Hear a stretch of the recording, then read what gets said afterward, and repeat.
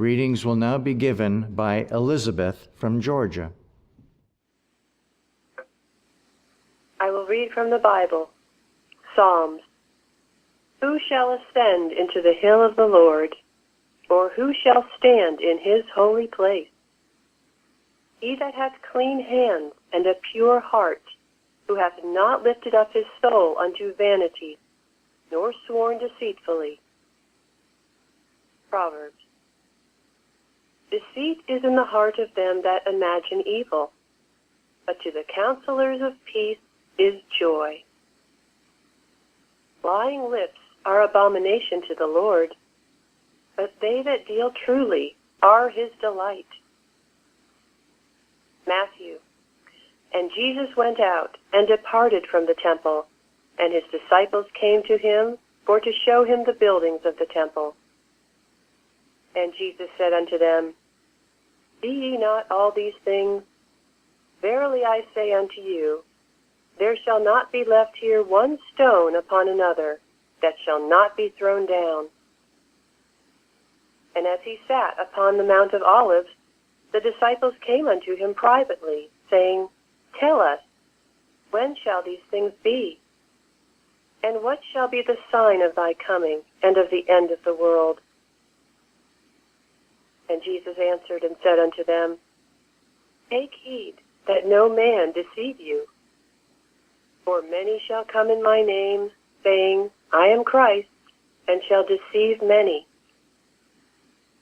And ye shall hear of wars and rumors of wars. See that ye be not troubled, for all these things must come to pass, but the end is not yet. But he that shall endure unto the end, the same shall be saved. There is nothing covered that shall not be revealed, and hid that shall not be known. Acts. A certain man named Ananias, with Sapphira his wife, sold a possession, and kept back part of the price, his wife also being privy to it, and brought a certain part, and laid it at the apostles' feet. But Peter said, Ananias, why hath Satan filled thine heart to lie to the Holy Ghost, and to keep back part of the price of the land? Whiles it remained, was it not thine own? And after it was sold, was it not in thine own power? Why hast thou conceived this thing in thine heart? Thou hast not lied unto men, but unto God. And Ananias, hearing these words, fell down, and gave up the ghost, and great fear came on all them that heard these things. And the young men arose, wound him up, and carried him out, and buried him. And it was about the space of 3 hours after, when his wife, not knowing what was done, came in. And Peter answered unto her, Tell me whether ye sold the land for so much. And she said, Yea, for so much. Then Peter said unto her, How is it that ye have agreed together to tempt the Spirit of the Lord? Behold, the feet of them which have buried thy husband are at the door, and shall carry thee out. Then fell she down straightway at his feet, and yielded up the ghost. And the young men came in, and found her dead, and carrying her forth, buried her by her husband. And great fear came upon all the church, and upon as many as heard these things. Galatians. Be not deceived, God is not mocked. For whatsoever a man soweth, that shall he also reap. For he that soweth to his flesh shall of the flesh reap corruption, but he that soweth to the Spirit shall of the Spirit reap life everlasting. Proverbs. For the upright shall dwell in the land, and the perfect shall remain in it.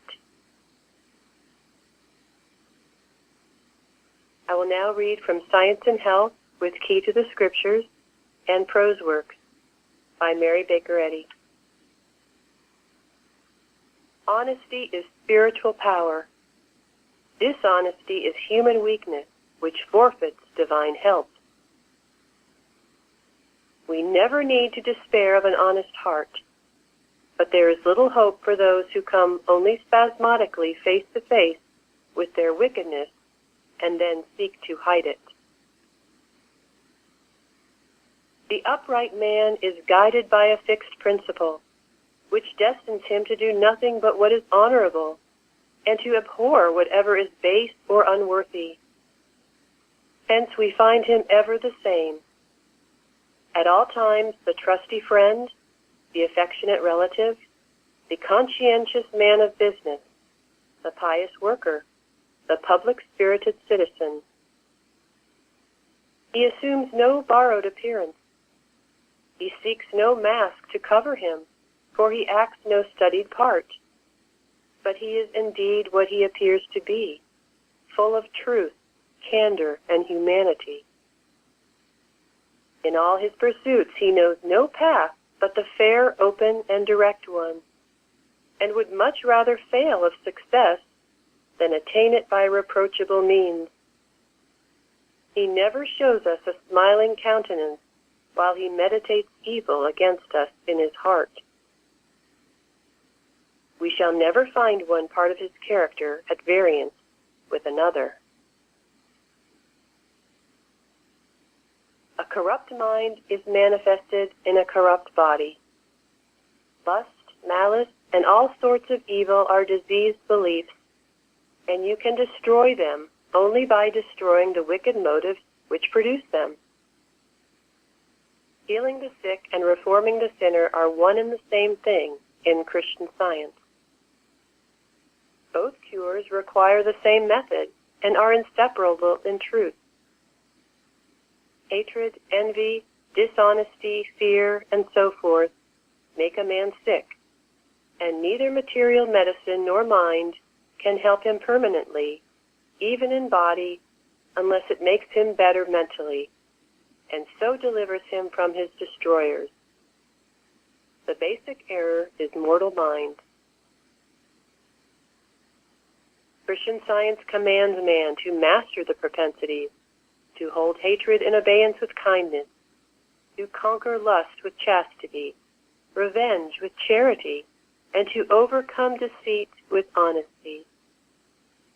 Choke these errors in their early stages if you would not cherish an army of conspirators against health, happiness, and success.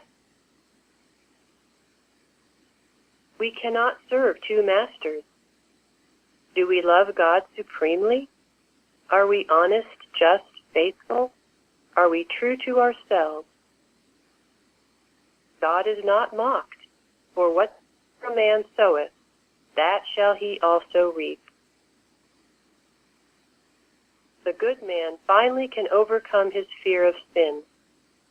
This is sin's necessity to destroy itself. Immortal man demonstrates the government of God good, in which is no power to sin. The action of so-called mortal mind must be destroyed by the divine mind to bring out the harmony of being.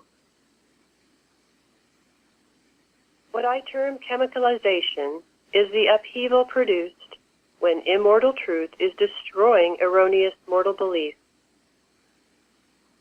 Mental chemicalization brings sin and sickness to the surface, forcing impurities to pass away, as is the case with a fermenting liquid. In Isaiah we read, I make peace and create evil. I, the Lord, do all these things. But the prophet referred to divine law as stirring up the belief in evil to its utmost, when bringing it to the surface and reducing it to its common denominator, nothingness. The muddy riverbed must be stirred in order to purify the stream.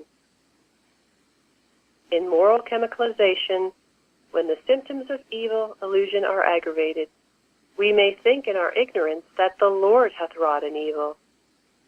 But we ought to know that God's law uncovers so-called sin and its effects, only that truth may annihilate all sense of evil and all power to sin. Human will must be subjugated. We cannot obey both God, good, and evil. In other words, the material senses, false suggestions, self-will, selfish motives, and human policy. Honesty in every condition, under every circumstance, is the indispensable rule of obedience. A wrong motive involves defeat. In the science of mind healing, it is imperative to be honest, for victory rests on the side of immutable right. To understand God strengthens hope, enthrones faith in truth, and verifies Jesus' word. Lo, I am with you always, even unto the end of the world. An unjust, unmerciful, and oppressive priesthood must perish, for false prophets in the present, as in the past, stumble onward to their doom, while their tabernacles crumble with dry rot. God is not mocked, and the word of the Lord endureth forever. This is a period of doubt, inquiry, speculation, selfishness, of divided interests, marvelous good, and mysterious evil. But sin can only work out its own destruction, and reform does and must push on the growth of mankind. What is nearest and dearest to my heart is an honest man or woman, one who steadfastly and actively strives for perfection, one who leavens the loaf of life with justice, mercy, truth, and love. The real man was, is, and ever shall be the divine ideal, that is, God's image and likeness, and Christian Science reveals the divine principle, the example, the rule, and the demonstration of this idealism. The spiritualization of our sense of man opens the gates of paradise that the so-called material senses would close, and reveals man infinitely blessed, upright, pure, and free.